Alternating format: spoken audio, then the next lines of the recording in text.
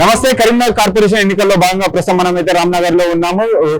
Bhajapa ticket తో బరిలోకి నిలిచిన గాజా రమా శివరాం గారు మనతో ఉన్నారు. ప్రచారం ఎలా నిర్వహిస్తున్నారు, గడప గడపకి అయితే పొద్దు నుండి తిరుగుతున్నారు. సో ఎలా ఉంది అన్న ప్రచారం, ప్రజలు ఏమంటున్నారు? సో గతంలోనైతే బీఆర్ఎస్ కి అవకాశం ఇచ్చారు. సో ఇప్పుడు మీరు మొదటిసారి బరిలోకి వెళ్ళబోతున్నారు.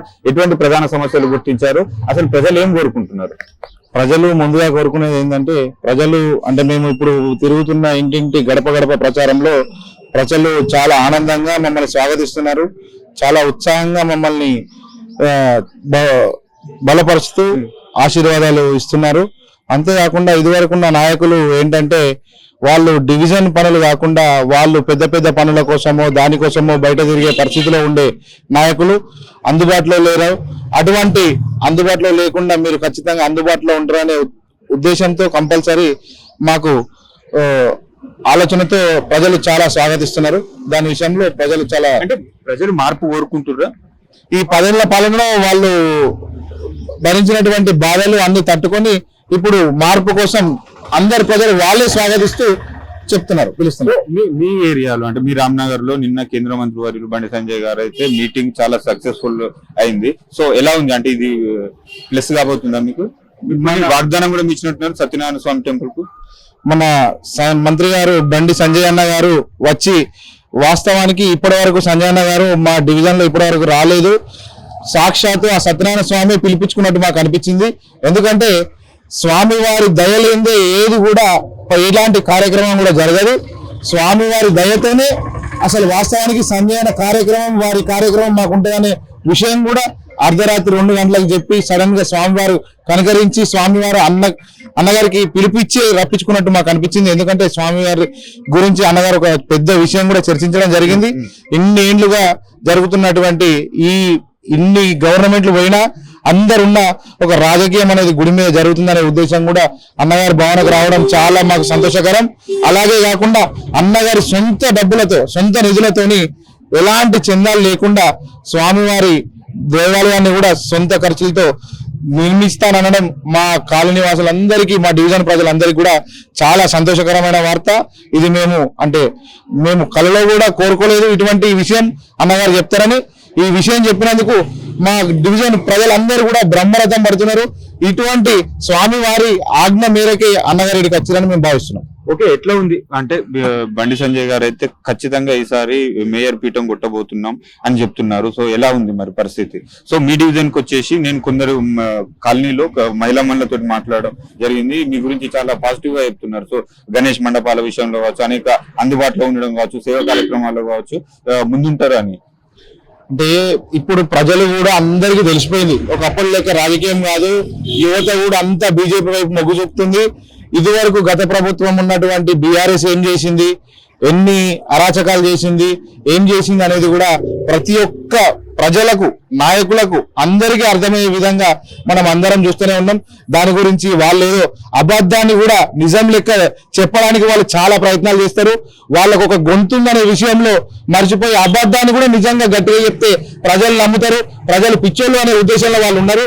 ఇప్పుడు ప్రజలు ఎవరు అలా కాదు. నాయకులకు చెప్తున్నా, టీఆర్ఎస్ నాయకులకైనా కాంగ్రెస్ నాయకులకైనా ప్రజలు అధైర్యపడే పరిస్థితులు లేరు. భయభ్రాంతులకు గురయ్యే పరిస్థితి అసలుకే లేరు. దెబ్బకు దెబ్బ, అంతకు మించి దెబ్బ ప్రజలే ఇస్తారు. ఎందుకంటే ప్రజల్ని ఎప్పుడు కూడా తక్కువ అంచనా వేయకండి.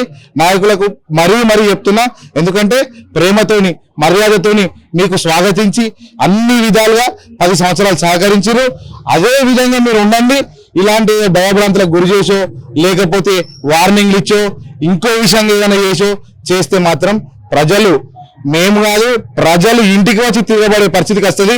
మా డివిజన్ లో ఉన్నటువంటి నాయకులు మామూలుగా చెప్తుండ్రట ప్రజల దగ్గరికి, ఒక సొంత ఇల్లు లేనోడే నాయకుడు ఏమవుతాడంటే, ఇల్లుతో నాయకుడు అవుతాడంటే, ఇప్పుడు వాస్తవానికి మన దేశంలో బీజేపీలో ఉన్న ఎంతమంది నాయకులకు ఇల్లు ఉన్నాయి, ఏమున్నాయి ఒకసారి చూడండి.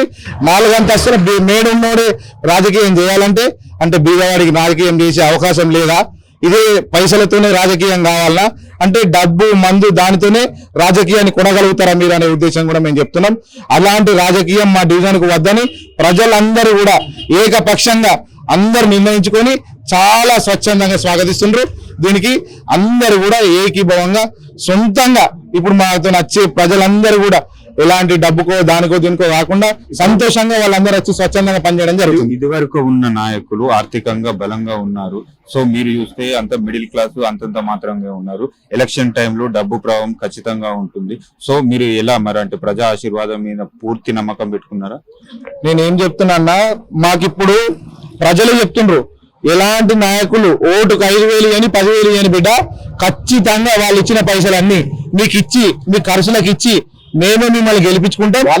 వాళ్ళే మీకు మా ఇంటికి వచ్చి నా ఇంటికి 5,000 వస్తే నీ ఇంటికి ఇచ్చి బిడ్డ నీకు ఆటో ఖర్చు అవుతుందా, లేకపోతే తిరగడానికి ఏమైనా ఖర్చు అవుతుందా, భోజనాలకు ఏమైనా ఖర్చు అవుతుందా, పాంప్లైన్లకు ఏమైనా ఖర్చు అవుతుందా అనే ఉద్దేశంగా ప్రజలే స్వచ్ఛందంగా వచ్చి వాళ్ళే డబ్బులు ఇచ్చి వాళ్ళు ఇచ్చిన డబ్బులను ఎందుకు వేస్ట్ చేద్దాం, దీన్ని ఇదే మనం ఖర్చు పెట్టి ఇన్నేళ్ళు వాళ్ళు ఏం చేసిండ్రు దాన్ని మనమే దీనికోసం ఖర్చు పెట్టుకున్నాం అనే ఉద్దేశంగా ప్రజలే సొంతంగా స్వాగతిస్తుండ్రు. బహుశా మీరు మొదటి అభ్యర్థి కావచ్చు బీకే చంద్రబాబు ఇచ్చి నిలబెట్టుకుంటుంది అంటే ఇది మా డివిజన్ లో జరిగిన అరాచకానికి మా ప్రజలు ఇచ్చే సమాధానం.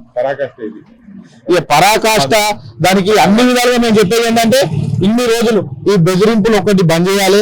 ఎవరైనా నాయకులు ఉంటారు, అందరు మార్పులు ఉంటాయి.